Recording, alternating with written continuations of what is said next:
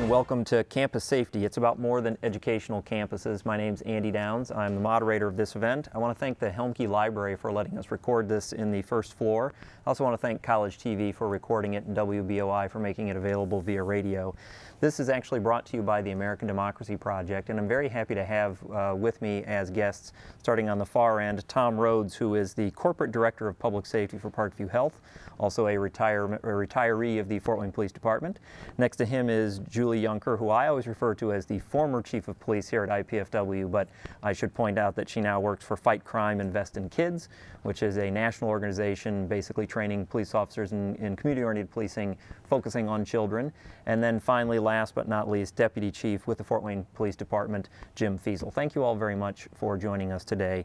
The title of the discussion is Campus Safety. It's about more than educational campuses. Every organization really should be thinking about safety. Are there certain characteristics that you use to define safety when you're thinking about organizations? We'll start with Tom. Sure. Well, coming from, excuse me, coming from the healthcare environment, we have to think of our demographics, who we're serving, our customers, the atmosphere where we're meeting our customers' needs, and certainly in the healthcare environment, it creates some interesting challenges to securing our patients, our staff, and our visitors. So I think beginning first off is, who are you serving? What is your customer base, and what are identifying those risks that you may face within your organization? Mm-hmm. Julie? And for me, campus is also a place where we do business or work every single day. For me, campus is a little bit more difficult to secure when there are many things going on, when it's a larger area with many buildings or many different kind of stakeholders and many different things going on a regular basis. Mm-hmm. Jim? And I know it's more than just in an academic setting. Only 24% of violent attacks occur in the academic setting. 52 of them actually occur in the corporate arena. 13% occur in open areas, malls, parks, things of that nature.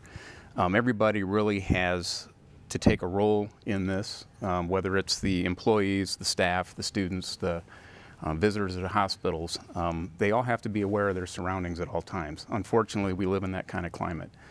They have to know what their escape routes are. They have to know how to get out of a danger area if they're confronted in a, like, say, an active shooter type situation. And Tom faces some really major problems when it comes to staffing and the ratio to patients. If there is a critical incident, an attack on a hospital, sometimes they may have to make that decision to lock down patients rather than evacuate them because they are unable to be moved. Mm-hmm. And Tom, you're interesting in that it's all Parkview Health, and so that's how many hospital campuses? We cover 11 campuses. 11 campuses plus the doctor offices that are their own office. And so you really have to be thinking about it in terms of an individual practice office as well as like PRMC. We do, but certainly we don't have the staff to cover all of those locations. So our relationships with our local law enforcement is really critical to helping us secure our staff and patients when they're really outside the hospital environment, to our local physician offices and so forth. So certainly building those relationships is a big step in securing our campuses. If you had to define safety, how would you define it? And a lot of people, they'll think gun crime or violent crime, but how do you define safety if you're thinking of a definition of it? Julie? I think safety is a broader concept, obviously, than just gun violence. It's things like fire safety, safety around the people that you're around every single day. The definition of safety, I think, is pretty broad, and it depends on where you are and what you're doing. In fact, while you were here, you and I managed to work on a committee together, and we actually planned a tornado drill and those sorts of things and a fire drill. And a fire drill, yeah. So that safety is a very broad concept. It is about being safe. Jim? I think it's pretty much putting measures in place to protect the people in the grounds from a violent act, whether it's weather-related, whether it's a shooting, whether it's fire. I know a lot of times people say, in a shooting situation, you'll pull the fire alarm. That's how you alert everybody. Well, that's the last thing you want to do, because then it brings everybody out in the open, so you don't want to see that happen. But I think it's basically just putting together those measures to make sure that everybody on the campuses are safe. Mm-hmm. What sort of daily activities do you think about when someone says campus safety? What sort of daily activities? Julie, you said that you think about places that are open on a daily basis. What are you thinking about Well, I think even in terms of smaller places where anybody might be every single day. So for example, at a hair salon, that's an area where we have beauticians that are there every single day. They have customers that come in and out, and they need to be aware of their safety and the ways in which they can evacuate or take the appropriate measures if something happens, something dangerous happens. So to me, it's so much more broad than a large area. It can also be the smallest of areas. And in the case of beauty salon, for example, we're talking about chemicals, we're talking about electrical issues, we're talking about just outright safety as well. I mean, in terms of violent acts. Right. Yeah. What sort of daily activities grab your attention, Jim? Actually, everything today brings concerns. I mean, we can't take the attitude anymore that this will never happen here, because it can happen anywhere. And I'm basically stressing my safety concerns on violent crimes. Mm-hmm. There was the McKinney Police Department in McKinney, Texas. They took assault from an armed gunman from the outside of the building. Right. There's been reports of a Mother's Day parade in New Orleans where there was an active shooter involved in that. And then thirdly, the Kansas City Mall shooting, where an individual went in and just started shooting at random, and people just stood there not being aware of their surroundings and knowing what to do, where their escape routes, and how they could get out of there. Mm-hmm. I was mentioning to Tom before we started this that I was proctoring an exam for somebody, and I asked the students what they would do in that classroom, which is sort of killing time before the event began or before the exam began. And they actually had thought about it. They actually knew what they would do, and they said it's what they've been doing since they were in middle school even. So Tom, given the complexity of Parkview Health, what sort of daily activities get your attention? Well, other than all of them. Yeah, I was going to say, kind of along Jim's lines, really everything we do. Certainly the interaction we have in our emergency departments. Again, what kind of rises to the top are those felonious crimes that are committed in the community, and then the patients come to our emergency department. The concern that the perpetrator, if they're not apprehended at the time, may come to the hospital to finish the job. So we certainly have lockdown procedures and measures in place to secure our staff and patients when that occurs. You think of a family birthing center, something that most of us would think is a joyful time. It's also where families are coming together, and sometimes those family dynamics don't get along, creates concerns, the concern of infants being abducted. Something that was new to me was the fact that healthcare leads all industries in workplace violence incidents. I wasn't aware of that. I stress to folks that just because it's workplace violence doesn't mean it's criminal. So it could be patients who are coming out of anesthesia or suffering from dementia or mental health, still is a violent situation that can result in injuries or death. So there's really a wide range of factors that we have to consider on a daily basis when it comes to the safety of our staff as well as our patients and visitors. And that's still, we've been talking primarily about violent acts, but you get involved in some other activities, for example, major fire, chemical spill, those sorts of things, which could, of course, be caused by some criminal activity, but they could also just be accidents. Certainly. Yeah, we do a hazards vulnerability assessment every year for all of our facilities, and those are not only from criminal incidents, but also natural disasters. And I think of the Joplin, Missouri hospital that took a direct hit from an F5 tornado. Because of their training and their preparedness, they were able to evacuate that hospital in 90 minutes without the use of elevators or any power, and end up saving lives because of their preparedness.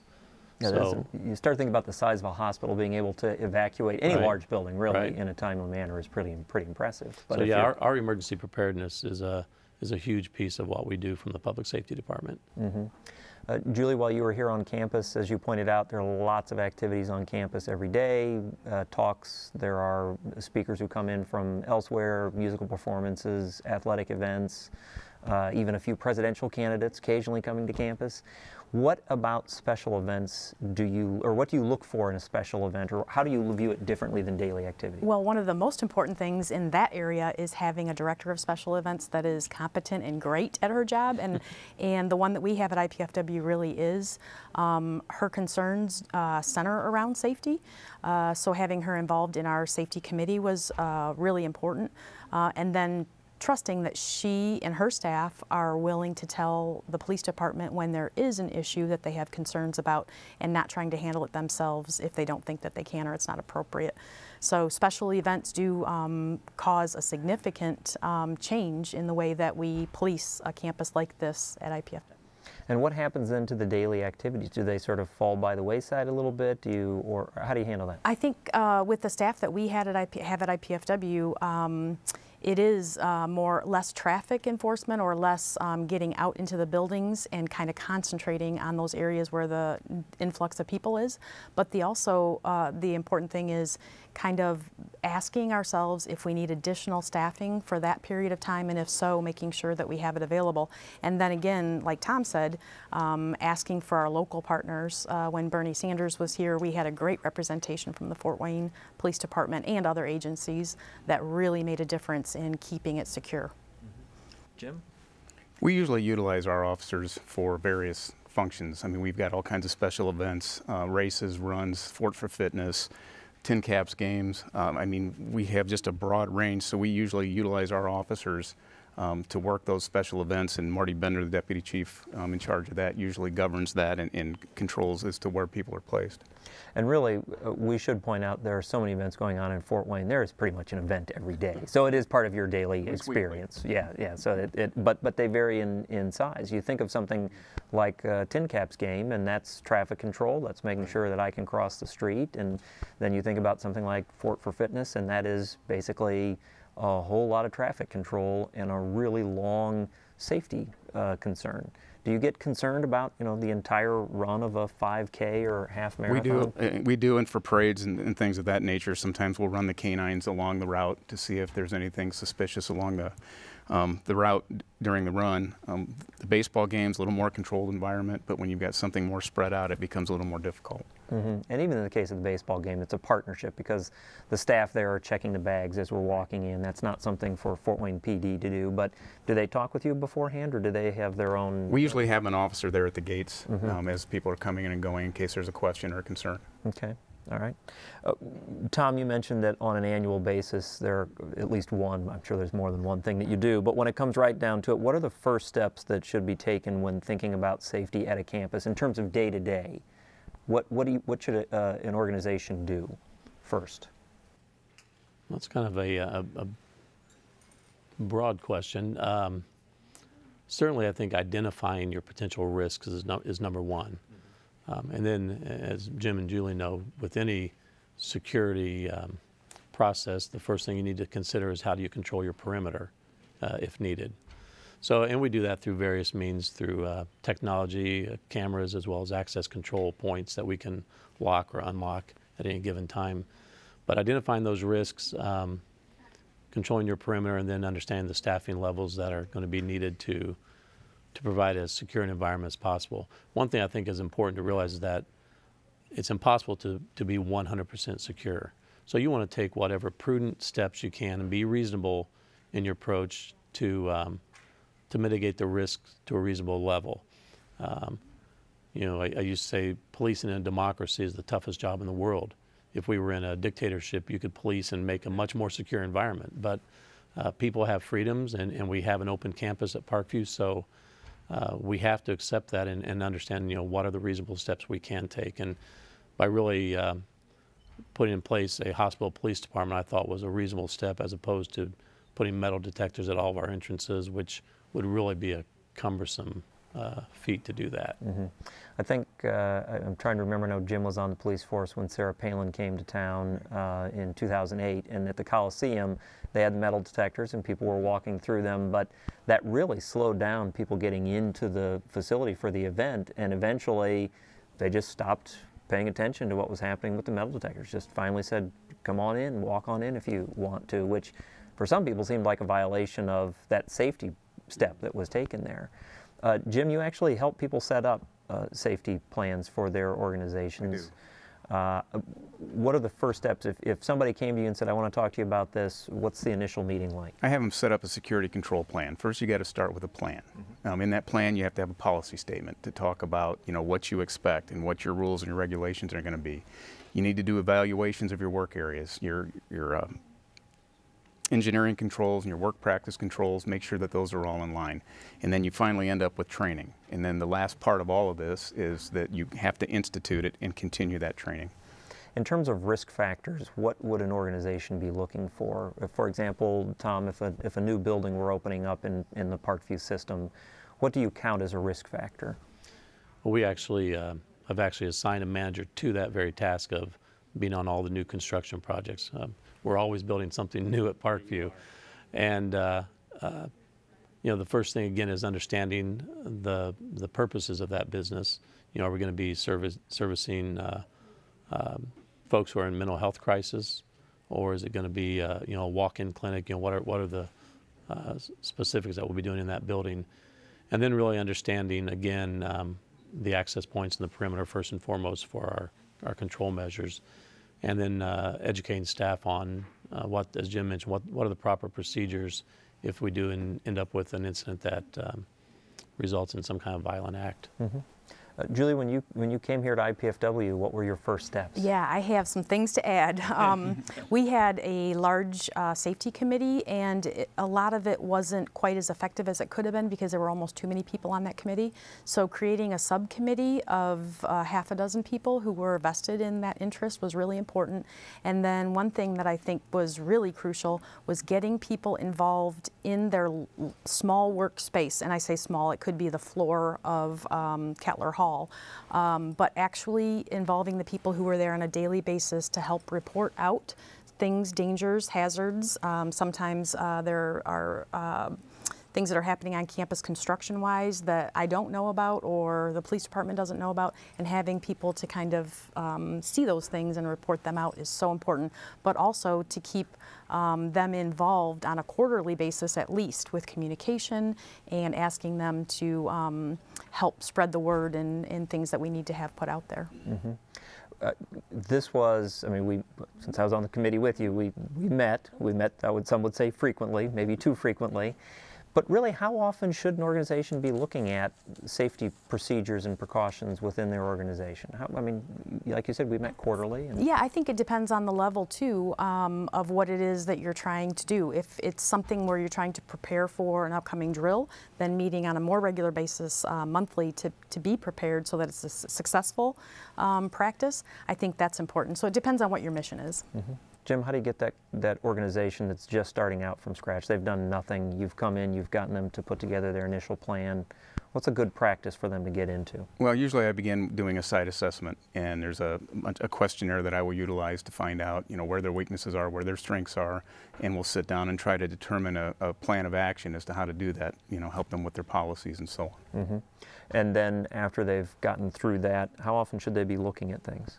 I would say any time that a task or an employee has been changed. I know in the healthcare, sometimes in some of the nursing facilities that I've done assessments on that their turnaround is rather high. So that may not be practical to do it any time that an employee has been hired or fired, but at least annually you need to look at those policies and procedures to make sure that you're doing what you need to do. Mm-hmm. And Andy, I would add that really the process needs to happen every day.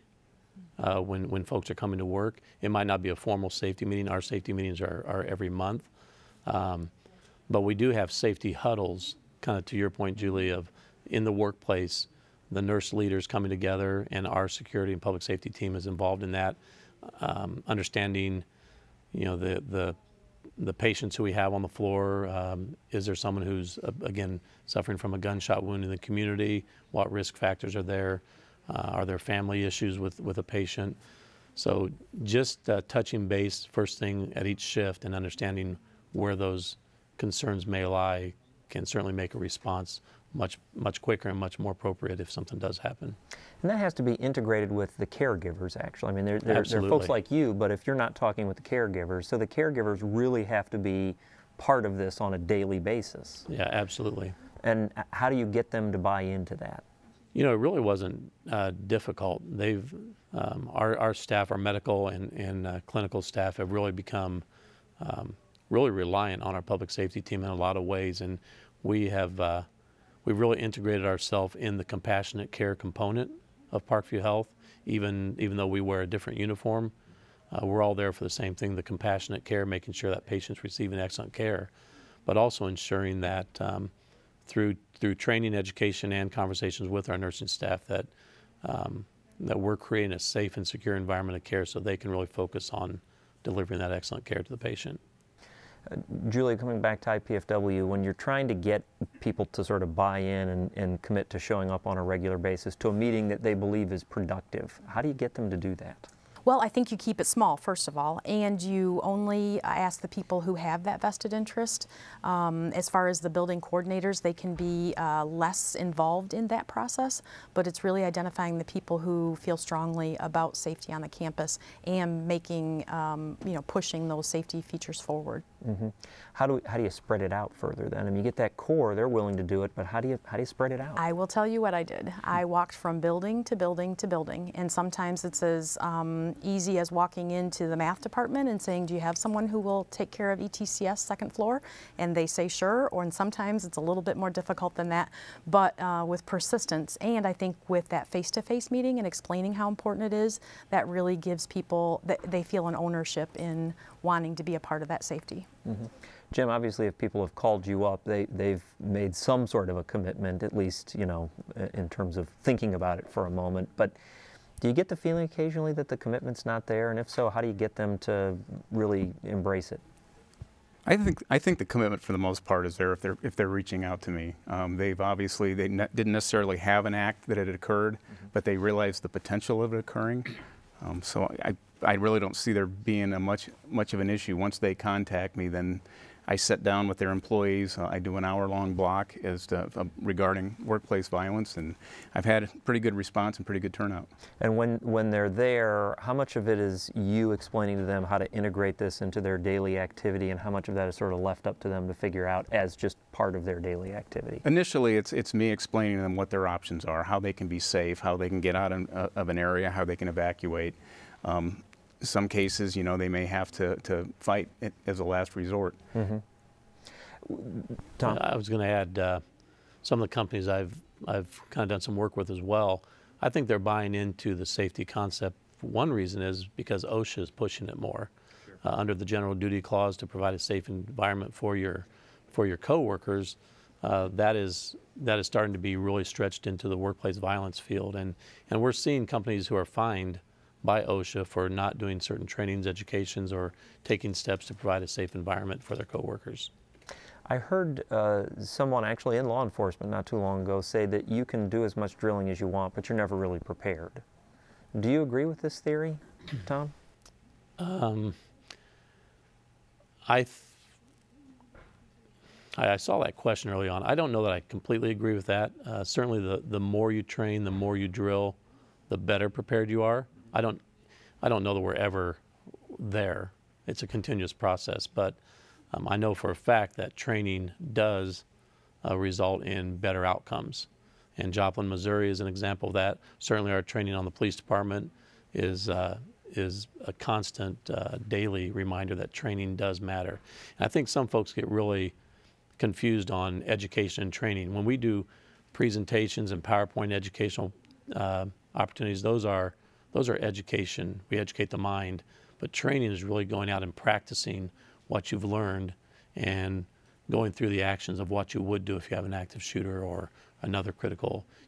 We can talk about evacuating the hospital, but until our staff use the Maxi slides and the other devices we have to evacuate patients, they're not going to have a good understanding of what it really takes to evacuate. Tabletop drills, are you a fan of those?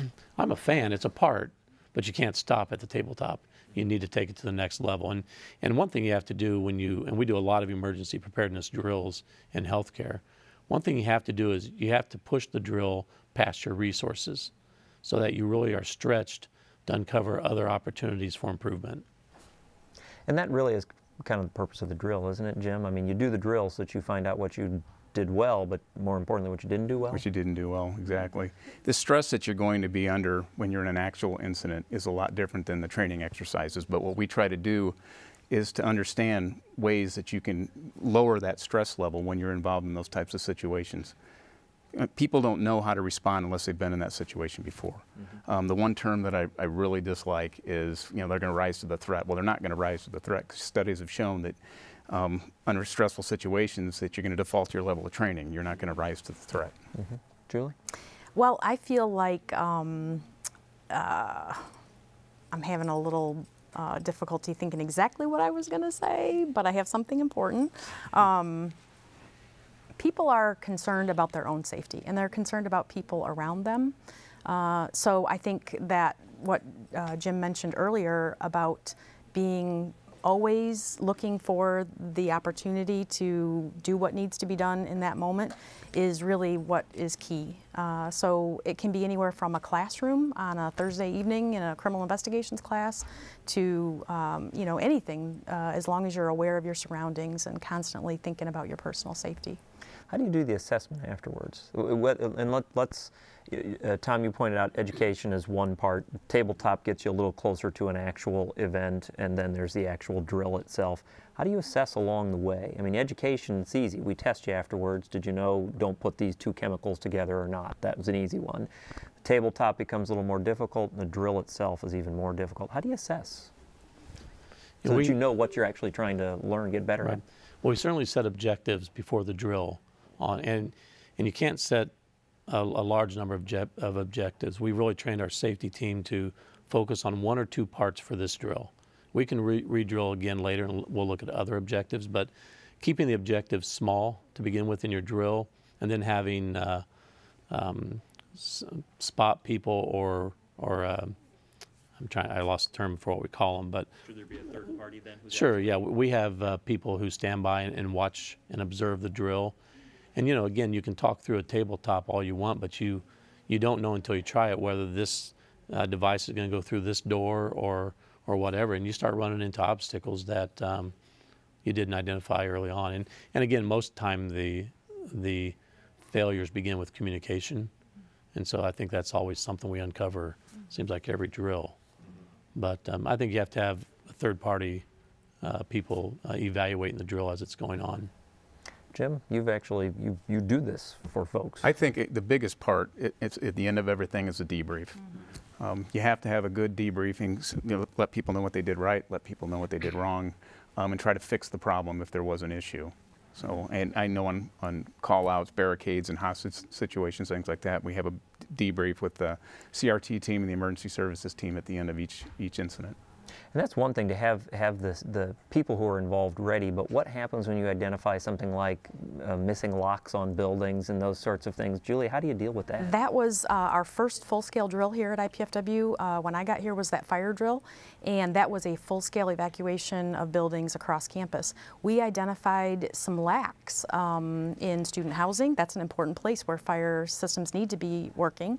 We also identified some of the upgrades that we could make and modifications we could make. So I think the drills are so important in just identifying, having the pre-plan, like Tom mentioned, doing the after-action report and sharing it not only with the committee, the safety committee, but also with those building coordinators that you rely on to kind of be your eyes and ears out on campus is really crucial.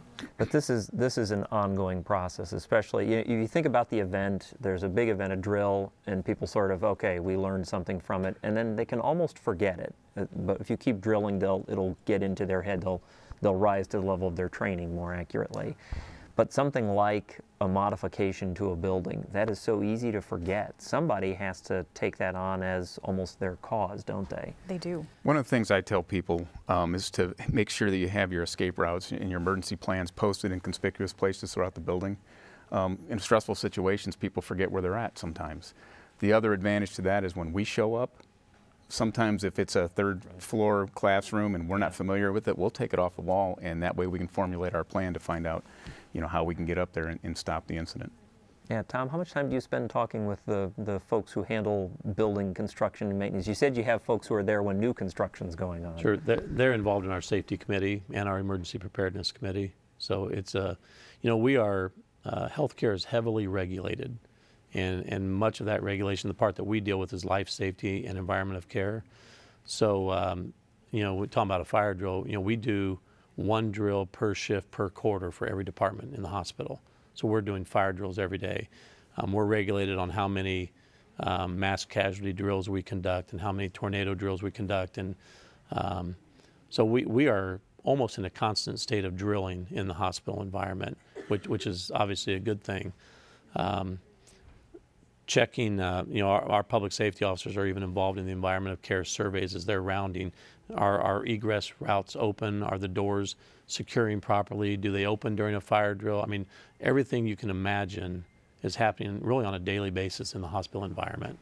Is there, you know, we hear often about how Parkview has scored and other hospitals score in certain rankings. Is there an accreditation or something for healthcare facilities? There is. The Joint Commission is who conducts most of the surveys for healthcare, and they are hired by CMS, which is the Centers for Medicaid and Medicare Services. So if you want your funding from the federal government, you will certainly meet Joint Commission survey standards. And there are safety standards in that as well. Yeah, I really can't even begin to explain that survey process. You just have to experience it. But for a hospital like Parkview Regional and Parkview Randalia, which is on the same license, we may have 8 to 10 surveyors for 5 days. And there are some that are medical that will do tracers, tracing a patient's access through the hospital. There are life safety ones that will be going around with us and making sure that, you know, if we have a drill, that we've done a hot wash afterwards, and if we identified an opportunity for improvement, there better be follow-up, whether it's work orders or completed processes showing that that was taken care of. There really is no there's no grace period for not having these things taken care of. I think a lot of people have heard of the Joint Commission or JACO, but I don't know that people realize there was a safety component to that as well. Yeah, so absolutely. It is quite thorough. And then once they leave, OSHA may come in, and when they leave, the State Department of Health comes in. So, I mean, we talk a lot about being in a constant state of survey readiness, and we don't want to just meet the minimum standards. We want to make sure we're exceeding those standards as well. When, you know, obviously, depending on the organization we're talking about, as you pointed out, Tom, the demographics you serve, the mission of the organization, the size of the building, all these things come into play. But in the end, a place with daily activity has visitors coming to it, whether it's one person a month or thousands of people a day. What should a visitor be doing when they go to a facility, when they go to a campus? What should they be looking for? How can they help out, in other words? Jim? Well, I think it still goes about what we've been talking about as far as being aware of your environment. You know, if there's something that's unusual, you know, you need to say something, like the old, if you see something, say something about it that doesn't look right. Employees of a building are pretty much familiar with that building, so they know what doesn't belong. Visitors, it's a little different, but if you see something that just doesn't look right, a backpack sitting in the middle of the floor or up against the wall, you know, if you see something like that, say something to somebody. I think people occasionally feel a little odd. You know, I was in an airport one day and there was a partially drunken bottle of something, and I sat down and I saw it and there was no one next to it, and at first I was thinking, do I tell anybody? I mean, it just looks like it's a partially drunken beverage, but in the end I did, because that's what you all tell me to do. Anything else I should be thinking about doing, Julie? No, I think that covers it. I think it's really, it's asking a lot to ask our visitors to be cognizant of their surroundings and to be our eyes and ears. We want them to be, but the different dynamics for the hospital is that our visitors are coming in with a lot more things on their mind. Right. It's the death of a loved one, the diagnosis that they may have received for their loved one. So there's a lot going on in their minds, and we know that. So we really try to turn up our coworker involvement and our staff's involvement to make sure that when our visitors may not be completely aware of their surroundings, that we can make sure that we're watching out for them. Mm-hmm. We think of students the same way during finals week. They have other things on their minds during that time. Good, Jim. Another thing I look at during these things too is what would my wife do at work? Mm-hmm. You know, if something happened, is she aware of these types of things? You know, in my kids and just people in general, you know, do they think about these things? Mm-hmm. So I think we just are in an environment now that we need to start thinking about our own safety.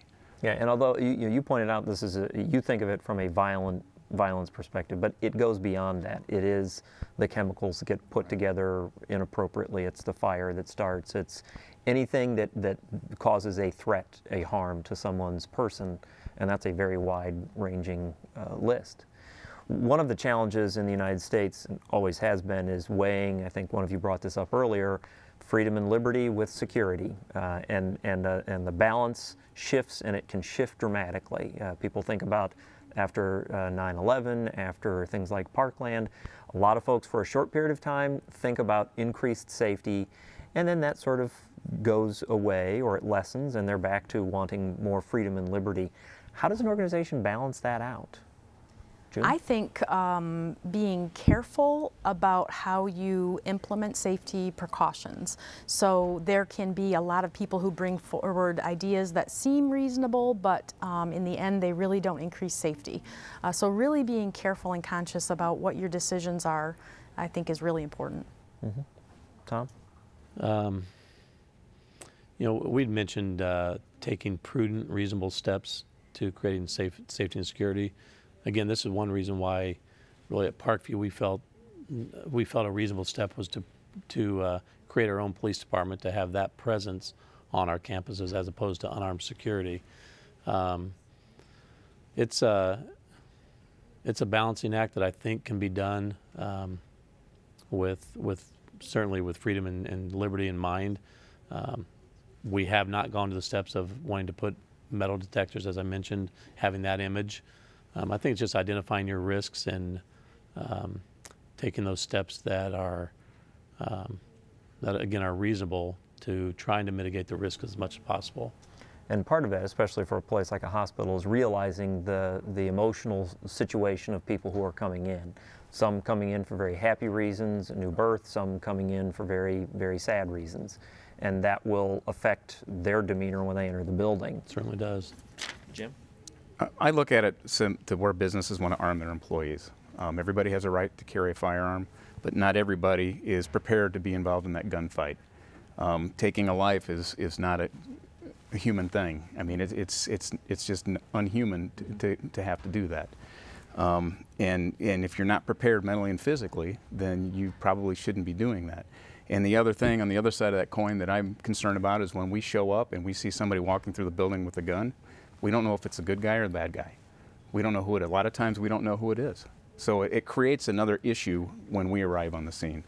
So for somebody who is, if a safety issue has taken place, an event has taken place, what's the best thing for the people who are there to do in terms of getting out of the building? What do they do? Obviously find the safety route, follow that route, but then if they see fire, if they see EMS, if they see police, what should they do?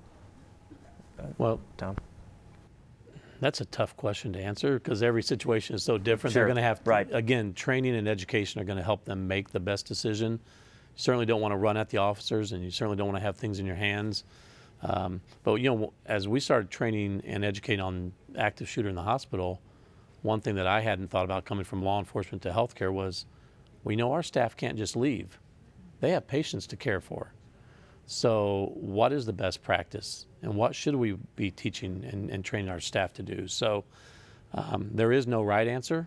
Leaving may be the right answer, staying may be the right answer. But the more we can, again, train, educate, talk about this, as Jim mentioned, I think the one word we didn't use, the more you do that, the more confidence people have in their decisions and their ability to handle a situation. So we just make sure we continue to have these conversations, and folks are going to have to trust their training to make the best decision. But certainly there are things you never do, and that's run towards the officers. You know, I always joke, I said, you can give them a hug later when we're all out behind the big fire truck. Right. You know, but the officers are coming in as hyped up as you are, and you don't want to give them any reason to suspect that you're a threat to them. Mm-hmm. Julie, part of what you do now is community-oriented policing or training people. This is about relationship building, isn't it? It is. I'm sure you have a couple of comments here about that. Right, and I think that one of the things that we try to stress when we go out and train police officers, but also interact in the communities, is everyone's safety is number one. It's not just officer safety that's number one. We want the 16-year-old kid to go home to his family. We want the the dad to go home to his family. We want the officers to go home to their families. So safety all around is the most important. And there are times in which that can be accomplished by less than physical means. But certainly that's kind of always one of the last things that we want to do in order to control a scene. Jim? Just the last thing to elaborate on what Tom said. You don't want anything in the hands of the people once we get there, and you need to follow our commands. We may put you on the ground, we may handcuff you and take you to a location for debriefing because we don't know who you are. So I would just add that to what Tom had said. Are there some good resources for people who are looking for information? Do you have any suggestions where people could find some good information? Tom? I think any of us would be available. Certainly, their local law enforcement agencies as well. I know we're not trying to pitch businesses, but I know there are some folks who do have some opportunities available where they can talk to companies. And I think the police department still has a crime prevention office, which I know we used to go out to the homes and talk to folks about things they can do to help secure their home better. Environmental design things, sure. Yeah. Mm-hmm. You can throw a plug out for me. I don't mind. And I think even in an informal way, you know, when you see a police officer, if you have a question, I know sometimes it's awkward for citizens to approach officers, but having that opportunity to talk face to face is a great opportunity. Even if it's a small question or doesn't seem significant, that interaction is huge. Mm-hmm. Well, I want to thank you all very much. Our guests today were Deputy Chief Jim Feasel from the Fort Wayne Police Department, Julie Junker, former Chief of Police here at IPFW, now with Fight Crime, Invest in Kids, and Tom Rhodes, former police officer with the Fort Wayne Police Department, now the Corporate Director of Public Safety at Parkview Health. Thank you very much for joining us. I would like to open it up to questions from the audience, if there are any. All right, so I'd like to first off thank you for coming, taking time to talk over at IPFW today. But my question is directed towards Julie and Tom. With your background in IPFW and healthcare, they are very public environments, and you, in both cases, have your dedicated officers on board, you know, to take care of safety. But in your case, in training or education, do the officers or the officers of each place, do they spend time to educate the teachers and students or the doctors and technicians? Can I take this one first, Tom? Absolutely. Yeah, so about 2 years ago, we brought a program called CRAZE, and it stands for Civilian Response to Active Shooter Events, thank you. And that was a chance for not only our officers, we sent 2 to become instructors in that specific block, and then they brought it back to the campus and we did some open forums where we invited people over to Neff Auditorium and some other places, larger places, to sit in the audience and listen to some of that information, because that is really good information. That addresses really only active violence or active shooter, but it also opens the mind to think about being aware of your personal surroundings, knowing what your exit route is, mentally rehearsing whatever situation you're in at the movie theater, you know, where am I going to go? So yes, there are trainings and educations that police departments can use to not only educate the officers, but also the community at large. Tom? I would certainly say the same thing. We really made it a focus to make sure we're getting out to our staff. We have 11,000 co-workers across the health system. I believe our goal this year is to make sure we touch 4,000 of those co-workers through active shooter training. Certainly our emergency preparedness drills, we engage the clinical staff, the support services folks as well to participate in those drills. We've been very fortunate at Parkview. Our trauma physicians have been actively engaged in our emergency preparedness. They've driven a lot of it. We invited a couple of trauma physicians and safety folks from Boston after the Boston bombing. We invited those folks to Fort Wayne, to Parkview, to speak to our staff and educate on their lessons learned. So we're in a constant state of education and training with all of our staff. How much of that is training, but how much of that is maybe training the trainers? Can we count it as that? We do some of that as well, yes. Yeah, the idea being, of course, that you've gone out, gotten specialized training, you'll come back, you'll then train some other people who can spread it a little bit further. Do you worry about a loss in accuracy, so to speak, once you get to that second or third level of training? I think for the bigger components of a program, we don't usually see a problem with that, kind of communication going a couple steps out. Maybe some of the finer details, but some of the high points, I think, especially for programs that are meant to be train the trainer, those high points are pretty well communicated.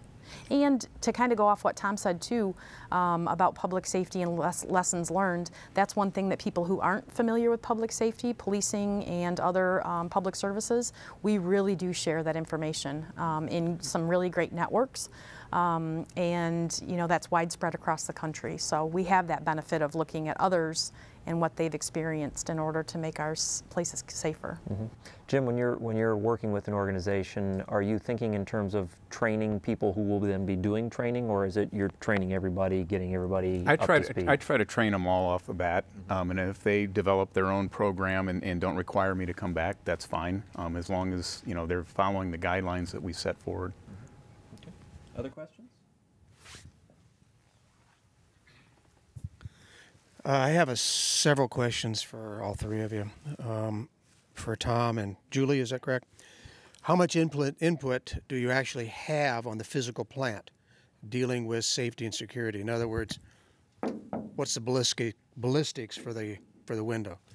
Are you prepared engineering-wise in the construction of the physical plant to prevent the vehicle problems that we've seen in London and New York and UCLA? Do you have any input at all on this when the new buildings come in, and if so, what? Yeah, I do. That's part of our presence on the construction team to make sure we have a security mindset as we're moving forward. Just from something as simple as which direction does the parking lot flow.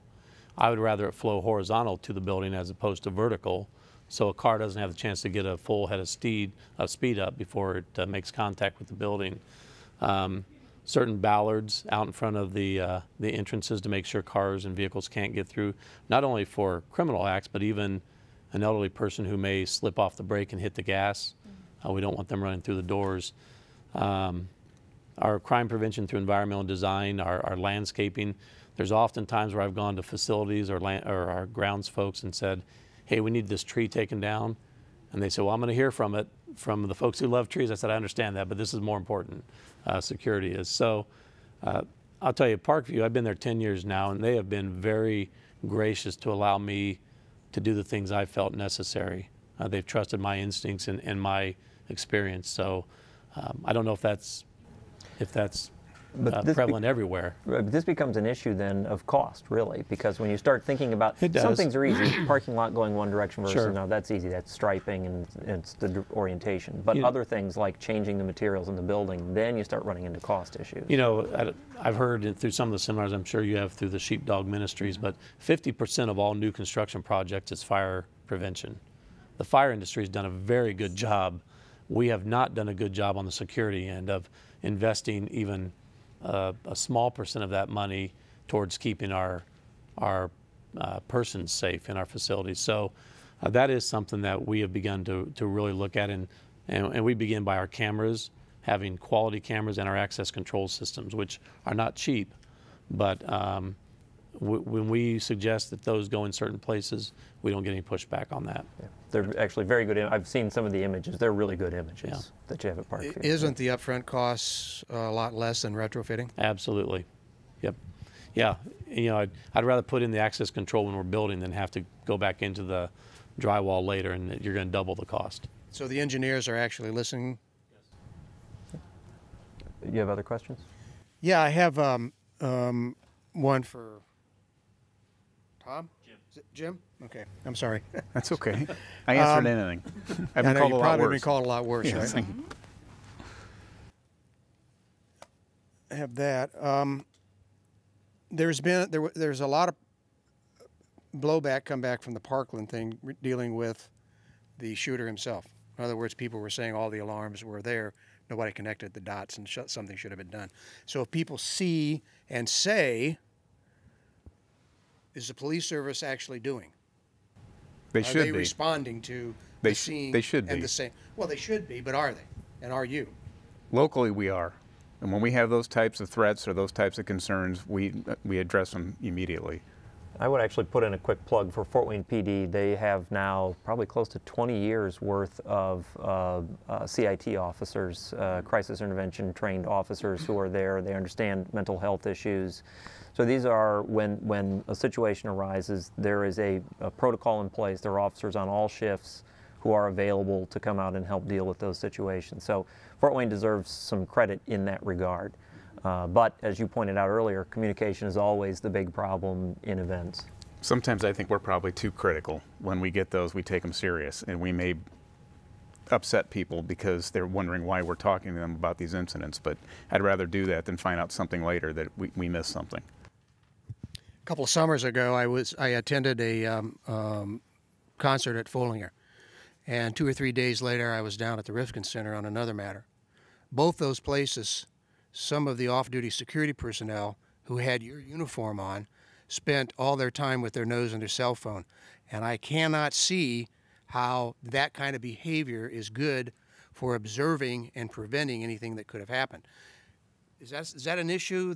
Am I the only one who saw something like that, or do you see something like that? No, we have issues like that quite frequently. We have to address them all the time. Yeah, this is it's a performance issue. If someone is not performing, they're not doing their job. This is true in all walks of life. Someone's not doing their job, the supervisors have to be made aware of it, first of all, through one means or another, and then to take action. And to that point, I think there are some groups of people, maybe for me, having been on this campus, that younger 20-somethings don't feel as confident in being assertive when they need something done. And so it's so important for them to talk to somebody. If that person feels like we need to follow up more, then that's a supervisor issue. And that's something that police departments take seriously when there's not something that's been done to make a person feel better, whatever the case. Are you taking a proactive role, or are you simply responding to some complaints? It could be either one. As far as performance issues? Yeah. Oh, those are, I think, through all agencies, performance is measured on a annual basis at least, and then addressed when issues do come up. But this, to reiterate, when you see something, say something. Yes. Yeah. Any other questions?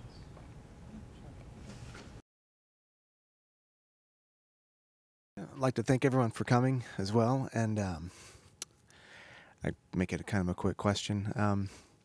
When we talk about education, it seems like the onus is on the police department for there to be extensive education anytime there's an event that happens.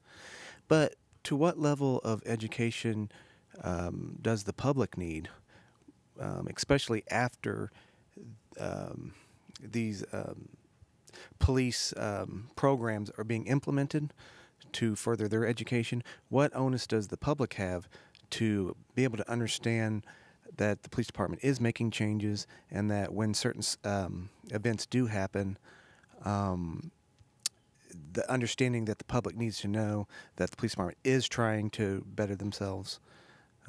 Could you comment on that? And I can give you an example. You know, like a lot of times, if a police officer shoots another person, and the public might say, well, why didn't you just shoot him in the arm or the leg?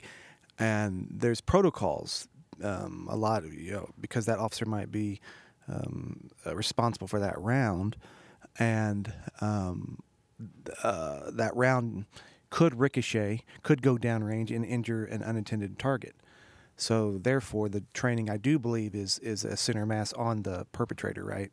So there really is, I don't think the public is really well educated about those facts. I mean, we take into consideration the backstop, if the round would miss, or if it would go through an individual. You know, we have to think about those things when we're involved in those incidents. Hey, talking about public education, I think one of the problems with public education is most of it's done, it's gathered by the TV. And I know after CSI came out, all the juries wanted all this information that, if you watch the news, just trying to get some information back from the lab right now, that's overwhelmed for the state police's months or years even.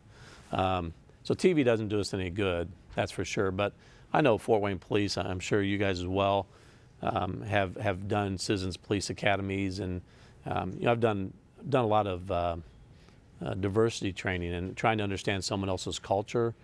the police department can put people through the Citizens Police Academy, can help them understand the role and the job of law enforcement, but no one's going to fully understand it, which is okay until they've done it. So it is, sometimes we're our own worst enemies. We don't, and I think that's where your job is so critical, training and educating police officers and police departments on how to connect with their communities and help them understand the role that you play together.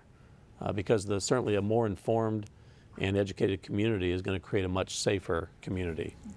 And we've implemented a community relations division now, and we're trying to get those types of things out and start to get more involved with the public so they know exactly what we're about and how to react in certain situations. And part of that is go to your neighborhood association meetings, because the neighborhood liaison officers show up there.